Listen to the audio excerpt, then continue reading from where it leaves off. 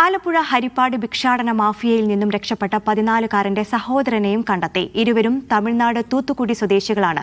കുട്ടികളെ ഭിക്ഷാടനത്തിന് കൊണ്ടുവന്ന ചെറിയച്ഛൻ അന്തോണിയെയും പോലീസ് പിടികൂടി. ഫോൺ സ്വിച്ച് ഓഫ് ചെയ്ത് മാന്നാർ ഭാഗത്ത് ഒളിവിലായിരുന്നു അന്തോണി.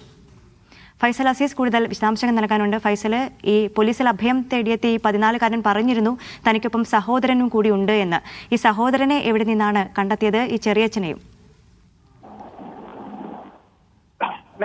ഇന്ന് കഴിഞ്ഞ ദിവസമാണ് ഈ 14-കാരൻ ഭിക്ഷാടന മാഫിയയിൽ നിന്നും രക്ഷപ്പെട്ട 14-കാരൻ ഹരിപ്പാട് പോലീസിൽ അഭയം തേടിയെത്തിയത്. തുടർന്ന് നടത്തിയ അന്വേഷണത്തിലാണ് ഈ കുട്ടി അന്നേരം CWCയുടെ മുന്നിൽ ഹാജരാക്കിയിരുന്നു കൗൺസിലിങ്ങിനും മറ്റുമായി. അന്ന് കൊടുത്ത് ഈ CWCയുടെ മുന്നിലാണ് ഈ കുട്ടി തനിക്കൊപ്പം അനുജനും കൂടി ഉണ്ട് എന്ന് മൊഴി നൽകിയത്. പിന്നീട് പോലീസിന്റെ ഭാഗത്ത് നിന്ന് വലിയ രീതിയിലുള്ള അന്വേഷണം നടന്നു. അങ്ങനെയാണ് കുട്ടിയെ, ഈ അനുജനെയും അതുപോലെ ഈ കുട്ടികളെ കൊണ്ടുവന്ന ചെറിയച്ഛൻ അന്തോണിയെയും പോലീസ് കണ്ടെത്തുന്നത്. ഈ അന്തോണി മാന്നാർ ഭാഗത്ത് ഫോൺ സ്വിച്ച് ഓഫ് ചെയ്ത് ഒളിവിൽ കഴിയുകയായിരുന്നു. അന്തോണി അവിടെ വെച്ചാണ് പിടികൂടിയത്.